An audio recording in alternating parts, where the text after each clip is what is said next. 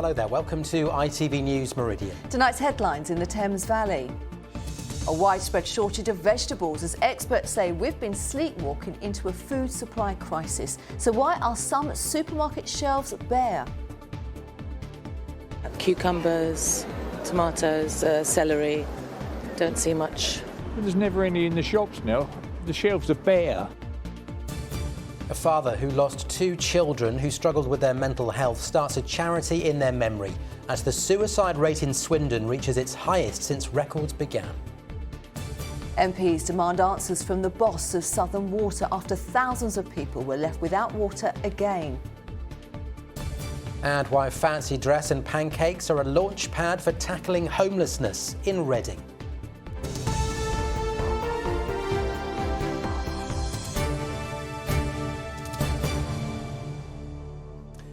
Good evening. A widespread vegetable shortage has left many shoppers across the Thames Valley facing empty shelves in supermarkets. Supply issues and rising costs for producers in the UK have led to a temporary shortage of salad items. Well, retail experts say dependence on out-of-season veg from overseas means short-term shortages are inevitable. Well, the National Farmers Union warned last year the UK was sleepwalking into a food supply crisis. Now some supermarkets are rationing stocks. Natalie Verney reports. Row after row of empty shelves. These pictures were taken in Witney today. These were in Andover. A shortage of salad vegetables has left many customers confused. I've noticed that cucumbers, tomatoes, celery, don't see much. When it's gone, so you've got to come early, I think. It's a shame. Why is that happening? There isn't the choice. The quality's right down at the moment, but it was the tomatoes and the peppers on last Friday when I did the shop. Definitely having to be more picky when it comes to selecting them and sometimes not finding exactly what we want, yeah, for sure. During the winter months, supermarkets tend to import their salad vegetables from Spain and Morocco, where it's still warm and sunny. But bad weather there has caused a poor harvest. The types of items we're talking about are not things that people need to pack a fridge full of. No one needs more than 1 or 2 cucumbers. It may be that there is one week where you just don't find the exact meal you're looking at, and some consumers have to go and find a slightly different meal to cook or use a slight substitute. This isn't a huge issue, and we hope that people will be understanding in the meantime. Along with the cold spell in Spain, some farmers say this is part of a wider issue impacting the UK's food supply. Many growers in Britain didn't plant this winter because of rising energy costs. Simply put, it costs too much to heat their greenhouses. This means we've become ever more dependent on importing our vegetables than in previous years. Fundamentally, we need to get more efficient, renewable energy sources.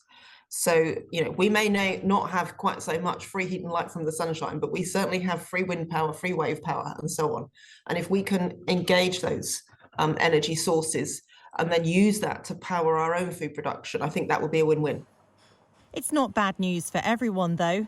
Independent greengrocers like this one in Ensham are stocked full. Unlike supermarkets, they're not tied into contracts, so can shop around for different wholesalers. And they grow their own fruit and veg on their land in Longhambra. I've had countless new people through my door over the last week saying, oh, I can't get peppers anywhere, I can't get tomatoes, I've got a recipe tonight, what am I going to do? And off the back of that, I won some very loyal customers, which is always a really satisfying thing. So it's kind of every cloud has a silver lining, and it's a silver lining that we as a business are enjoying at the moment.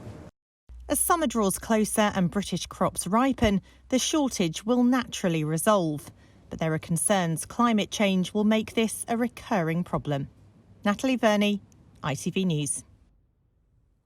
In other news, the families of 3 men from Berkshire killed in a crash in Sussex last week have paid tribute to them. Daniel Davis, who was 21, has been described as precious and loved.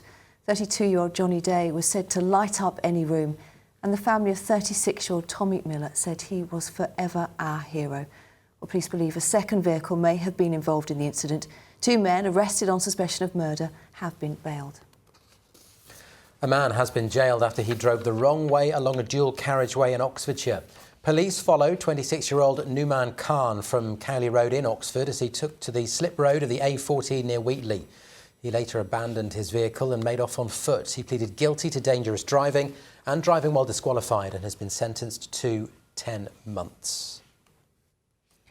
A father who lost 2 children after they struggled with their mental health has started a suicide prevention charity in Swindon. John Stooke has set up the Kelly Foundation in memory of his daughter Kelly and son Corrie. Figures show the number of recorded suicides in Swindon is at its highest point since records began. Annie Olsen reports. A devoted father hoping to help the lives of others. John Stooke has experienced the devastating impact of mental health problems firsthand after losing 2 of his children. His son Corrie died in 2003 after struggling with chronic anxiety, which led him to fall into drug addiction. I was trying to treat the symptoms without really understanding the cause. And he went out one night and said he got £10 to go with the pub. I said yes. And he never came back. We got a message 2 days later to say there was a body in the mortuary. They didn't know who it was and they thought it might be him. Kelly was a mother of 2 children, a journalist and local radio presenter. In 2019, she took her own life. 5 months ago, John started a charity, the Kelly Foundation, in her name and both of their memories. The organisation aims to provide a holistic approach to help people avoid reaching crisis point.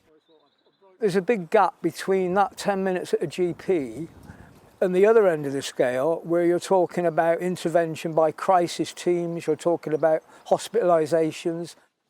The charity already has a large number of clients and a waiting list. They say their inbox is full and they receive new referrals every day. Emma Rees has worked in mental health services for more than a decade and says she's seen a dramatic increase in the number of people struggling. She says the charity provides practical support to deal with the issues affecting people's lives. If somebody came in through the door that has got an alcohol addiction, which has then got a knock-on effect with their mental health and their home life and their spiralling debt, we would help them with every aspect of that. So we wouldn't just help with mental health and then allow other organisations to help with the rest of it. We help with absolutely everything from start to finish. John says his daughter would be proud. Maybe she can see, who knows. She always kind of thought she could help other people with their black thoughts, but when she was struggling herself, and despite the mask, she struggled. But she'd like this. She'd be in favour, definitely. A father on a mission to make sure that people in Swindon are not struggling in silence. Annie Olsen, ITV News, Swindon. In other news, Oxfordshire is to receive a share of £56 million to speed up the rollout of electric charging points. It's part of government funding to 16 local authorities. It's hoped it will lead to the installation of thousands of new on-street chargers and provide local authorities with the skills to scale up plans in the future. Fewer than 9,000 public charging devices were installed in the UK last year. Extra police officers could be introduced in Windsor and Maidenhead to tackle antisocial behaviour. The local authority is meeting to decide whether to fund 4 new recruits for the neighbourhood policing team. The council says it would enhance joint working between it and police. Well, it's on top of an extra 80 community police officers promised by Thames Valley's Police and Crime Commissioner. Now you're watching ITV News Meridian in the Thames Valley. Still to come on the programme, a precious moment of togetherness for a family separated by war. We speak to aid worker Sally Becker, who's helped hundreds to safety from Ukraine. And raising thousands for a good cause in Reading. The team's battering it up and flipping pancakes on Broad Street. They were awful jokes, just so that we're all aware. Plenty more from us, of course, on our website. Details, as ever, on the screen. The website, itv.com/Meridian. If you've got a story idea or a joke you think we ought to be saying on air, the number 0808 1010 095. Actually, keep the jokes to yourself. And you can follow us on social media, as ever, on Facebook, on Twitter, and we're on Instagram.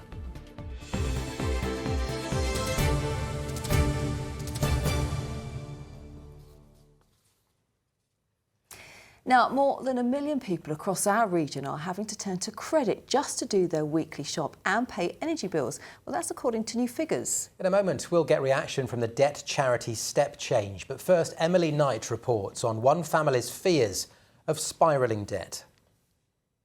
Here you've got your tops and bottoms for every boys and girls.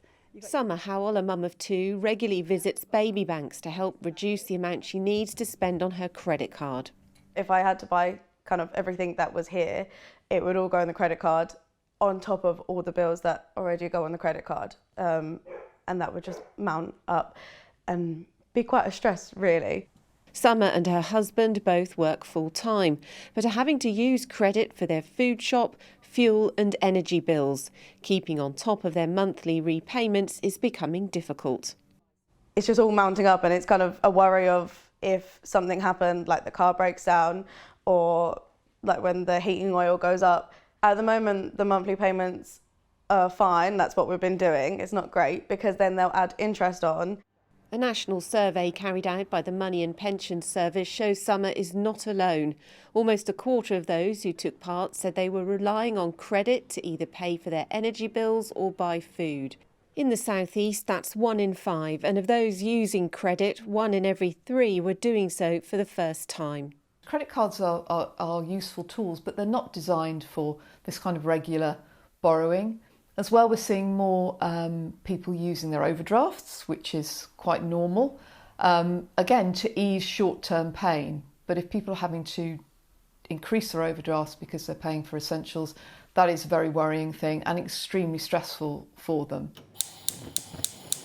Paying more for our gas and electric, rising food costs and interest rates, all are putting a squeeze on finances, creating the perfect storm for people to turn to credit. The big risk, I guess, is that you're going to continue to build up debt. So what happens is that it starts off one item and then it continues, and then what happens is you then pay the minimum payment, so you're not paying it all back off. So the debt continues to increase. And now we've seen interest rates go up, so that means that the debt is growing even faster. So it can be it can end up in a big debt spiral. And that growing debt and how to fix it is something that's causing constant worry for families like Summer's. It's kind of scary because we both work full time and we are struggling. It's scary to think that people around us who maybe can't work full time or work part time will be in the same boat, if not worse. And that's scary to think that we are working class people and we still can't afford just the essentials, basically. Emily Knight, ITV News. Well, earlier I spoke to Richard Lane from the Step Change Debt charity. Well, Richard, Summer's family typical of many, borrowing money to pay for the everyday stuff, for bills and for food. What's your advice for people in a similar situation? Yeah, unfortunately, there are millions of people across the country in a similar situation because we know we're facing a once-in-a-generation cost of living crisis that's putting huge pressure on households. Overwhelmingly, our message would be that people don't need to suffer in silence or struggle on their own with this. It's really important for people to understand that there is help out there from charities like Step Change who can help you get back on your feet financially. That would be our #1 message at the moment. It's very tempting, isn't it, to kind of use credit as a way to getting you through until the end of the month. We'll worry about it then. At what point should people look out for worrying signs that they might be going beyond their means? Yeah, and I don't think as a country we're particularly good at talking about money. I don't know whether it's stiff British upper lip, but we're not great at talking about our finances. I mean, what I would say is that debt and credit works well for lots of us throughout our life. We will turn to credit to purchase big items, whether it's a car or a house. It's the point when you really struggle to keep up with your contractual payments or when your finances and your repayments are starting to cause you real stress and anxiety. That's the point where it goes from just being debt to what we would call problem debt. At that point, you should be reaching out and getting support. And that's either talking directly to your creditor or your utility company or whoever it is you're falling behind with, or speaking to someone like Step Change, because they will be able to help you. And there is often an assumption that you shouldn't tell people that you're financially struggling. But banks and other organisations do have an obligation to support you. And in most parts, they will be sympathetic and supportive. Do you think enough is being done on a national level to address the issue of the shortfall in people's household finances? Well, there is only so much that debt advice and charities like Step Change can do, and we've been calling on the government to do more. And ultimately, the scale of the intervention from the government is going to have to match the scale of the challenge, which is enormous. Christmas. You only have to look at the scale of increases that we've seen in energy bills, in mortgage rates, to know that households simply cannot cope. So we are calling on the government to do more, which is in terms of extending support for energy bills, making sure that we're continually reviewing the benefit system to make sure that that's supporting people. But absolutely, the government is going to have to continue supporting households during a once-in-a-generation cost of living crisis. OK, Richard Lane from Step Change. We have to leave it there. Thank you. The boss of Southern Water has had to face a group of MPs today to explain why thousands of households in Southampton, Chandler's Ford and Winchester were left without water for days last week. Well, live now to our political correspondent, Phil Hornby. And Phil, MPs keeping up the pressure on Southern Water.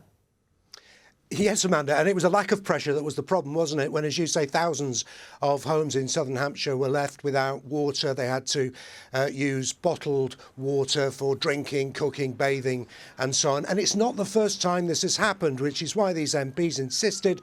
The boss of Southern Water came up for a meeting at Parliament today. And I spoke to the MPs when the meeting broke up.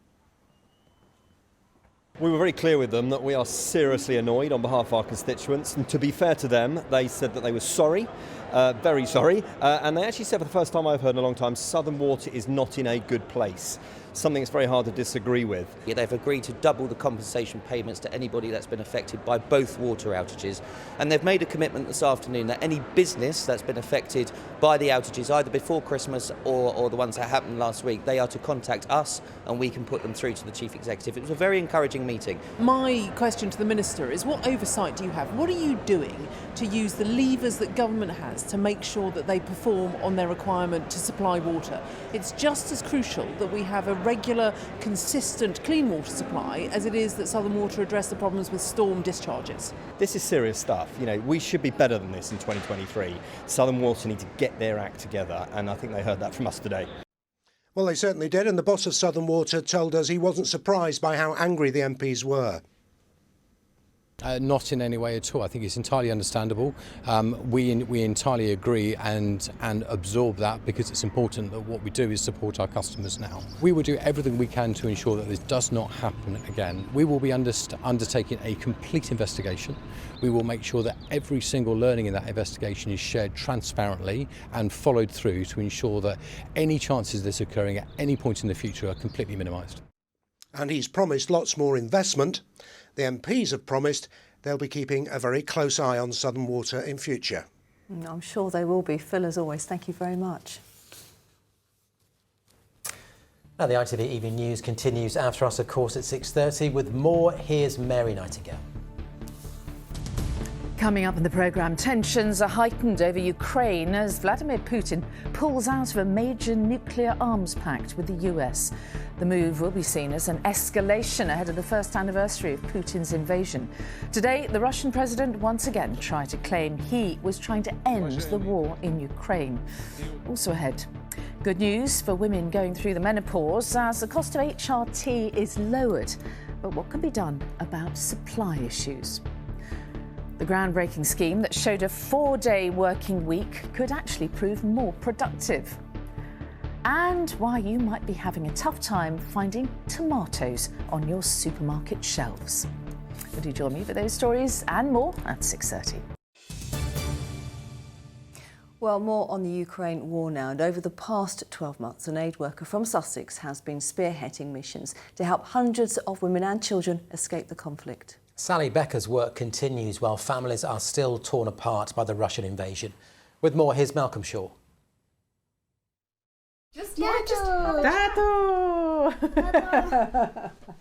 A precious moment of togetherness despite 1,500 miles of separation. Nina Mesjanova and her children left Ukraine 9 months ago for the UK, but Nina's husband remains in Kyiv. I'm very worried how they will be in England, you know. We miss you too, Andrei. Very, very miss you. I hope so. The family were plunged into turmoil when the Russian invasion began, taking shelter when air raid sirens wailed across the city. All days, all night, we need to go to underground, we have around us maybe 4 alarms. This sound I remember. As the conflict deepened and civilians fled across the border into Poland, Sally Becker began a series of missions to help them.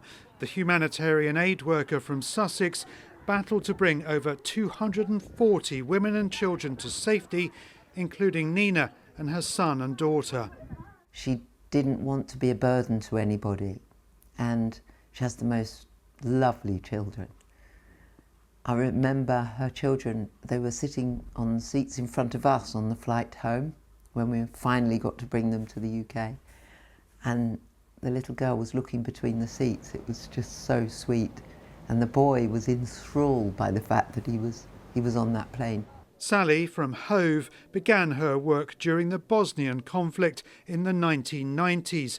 But she says the war in Ukraine has touched people here in a particularly profound way. People just want to help. I think people here, especially in Britain, realise that Ukraine is our front line. That's the front line against Russian forces. And so they want to help because they feel these people are fighting for us. And all these women and children who are suffering as a result, they're suffering because of the threat to the whole of Europe. Ukrainian people can say thank you so much for United Kingdom, for all family who propose their house for Ukrainian family. Thank you so much. Sally Becker is now airlifting seriously ill children from Poland and Moldova using specially equipped air ambulances, and also working with her charity Save a Child, developing an app which allows doctors on the front line to consult experts worldwide. Meanwhile, Nina and her children dream of the day they can return home to Ukraine, the family reunited at last. Malcolm Shaw, ITV News. Let's let them go home soon. She really is amazing, she, Sally. Really is such a hero for what she does. Incredible Quite amazing. Work. Let's just get a quick bit of sports news for you before we move on tonight. An Olympic gold medal winning sailor Ailey McIntyre has announced she's retiring from the sport. The 28-year-old from Hailing Island won in the women's 470 event in Tokyo in 2020 alongside her teammate Hannah Mills. But she says she doesn't feel that she'd be able to compete for gold in Paris 2024. Wish her all the best. Now, is it sugar and lemon for you? Yum. Or chocolate spread and banana? Yuck. Or something else entirely? It is, of course, Pancake Day, and that means people across our region have been showing off their flipping skills. Yes, and one town that goes crazy for Shrove Tuesday is Wimborne in Dorset. This year, competitors ran around the inside of the Minster because of the slippery conditions outside. Safety first, always with pancakes. Always. Always. Oh, well, bless her. Look at her, even flipping pancakes. Or someone helping her then. Brilliant. Well, in Reading, flippers in fancy dress have been competing for the coveted frying pan trophy racing on Broad Street. The event, in its 26th year, raises thousands of pounds for homeless charity Launchpad. Brilliant. And Winchester choir boys took on local businesses and other organisations in a race around the cathedral. The event is organised by Winchester Rotary and also raises money for local charities. Absolutely fantastic. Very good. But the award for the highest pancake flip went to Brighton's I360, with one man tossing the pancake while abseiling down the 450-foot tower and someone below trying to catch it. That's just madness, isn't it? That's Very crazy. good. Why can't they just eat it? Yeah, just eat Just it. to eat the pancakes. Good. Brilliant. Love it. I don't know, well, Pip's here now. Yeah, let's talk about the weather. I'm hungry now.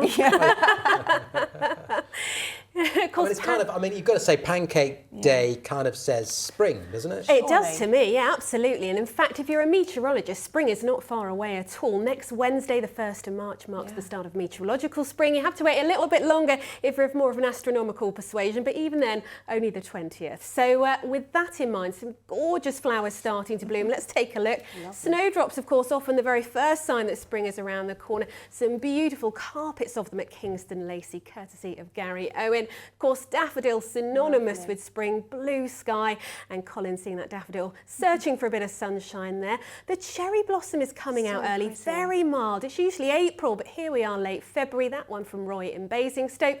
And does anyone know anything about this? Crocuses alive and well in Romsey Matt's tea. That's my picture. I thought it was worthy of a show. Oh, I'm really pleased about that. Got it in focus. That's I did the best I could with a child halfway up a tree in one hand and one no idea where they were in the other. Not bad at all. So can we ditch the coats just yet? Oh, not yet. The mild weather gives way to something a little bit closer to average over the next few days. So yeah. Here she is with the full forecast. It's Pip.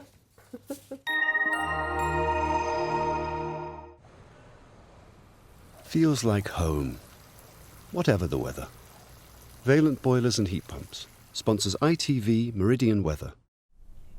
Well, spring may be almost with us, but we're not quite there yet. Over the next couple of days, we're looking at quite cloudy skies, some outbreaks of rain as well.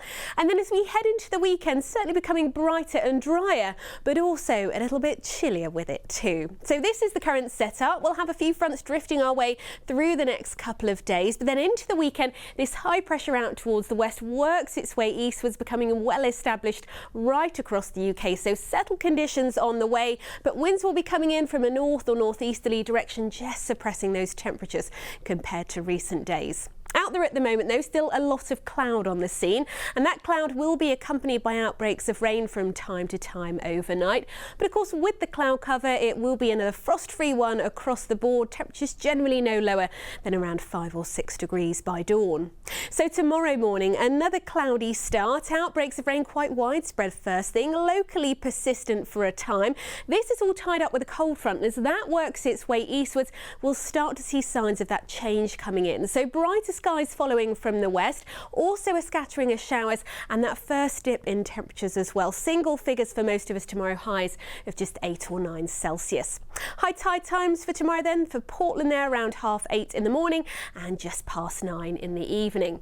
So those showery conditions will prevail overnight into Thursday. So Thursday potentially a bit of a slow start, but brightening up as the day wears on, and then beyond that a return to drier, brighter conditions but chillier temperatures and some frost possible overnight. Valent sponsors ITV Meridian Weather.